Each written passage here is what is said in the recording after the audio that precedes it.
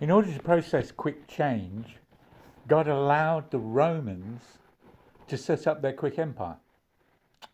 Their quick empire IKEA rollout model via straight roads all around Italy and stretching into every nation they took over. So the gospel spread like wildfire because it used all this framework. Only 340 years later, what promised to take over everything was disappearing down its own plug hole.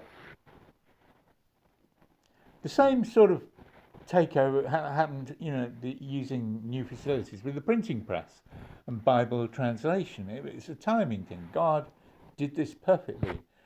And then with litho in the 60s, which meant a 13-year-old like me could do his first production called The Potted Normal Christian Life by watching me.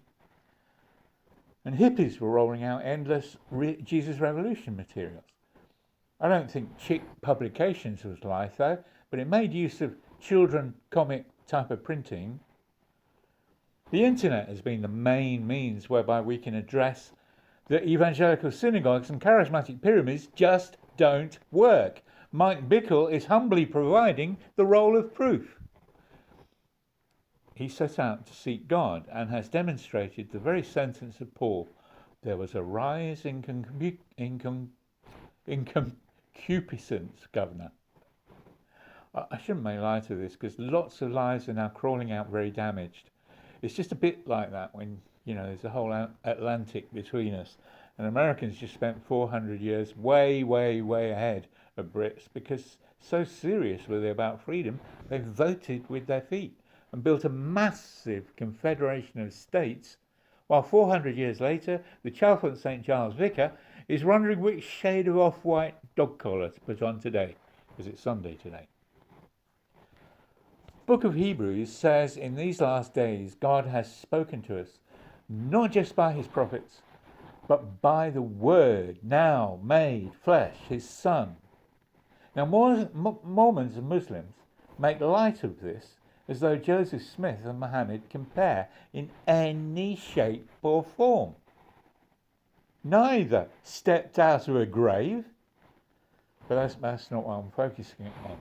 Mormonism tries to mimic the second level church, the charismatic arena, but if you're like Jesse Sebatar and raised by a bloodline, you know the deep, dark heart of Mormonism, which she is exposing right now as the top surface troubles of Tim Ballard and Elder Ballard break. So she's saying the far more serious things. Islam tries to mimic an old covenant religion like Judaism, but without any of their testimony of God's great power and acts.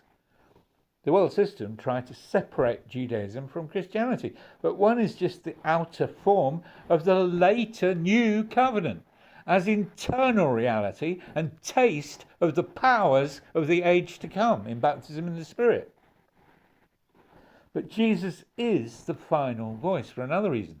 He's the only one who can build successful city on a hill. Church, light on a hill, city on a hill. Bill Johnson can't. Rodney Howard-Browne can't. I'm sure both of those guys have moved beyond foolish virgin status in Matthew 25 to be able to move so powerfully in the Melchizedek order.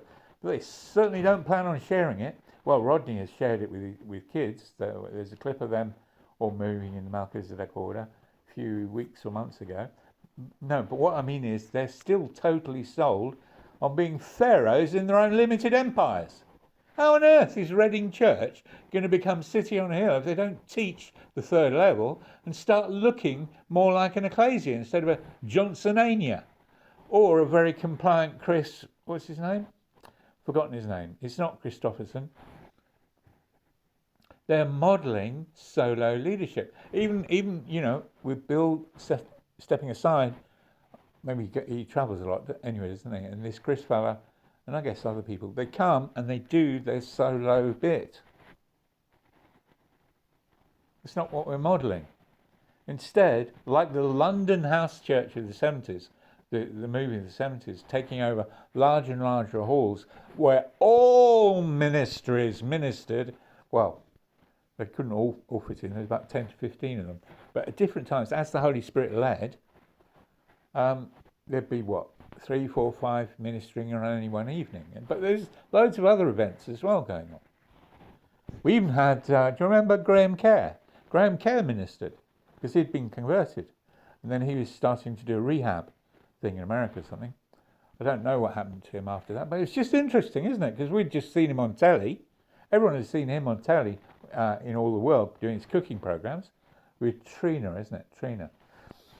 And there he was in the London meetings, ministering alongside John Noble, George Tarleton, Dave Mansell, loads of them, Gerald Coates. So that's the thing, or us lot in the Dr. Challoner's revival. Now, it's true, I triggered that, but only because I'd experienced baptism in the Spirit with fire, and then you take that fire into a place and it ignites everything. The Holy Spirit showed me it wasn't my role to run the CU. We collectively ran that. It was the blueprint that the Holy Spirit showed us.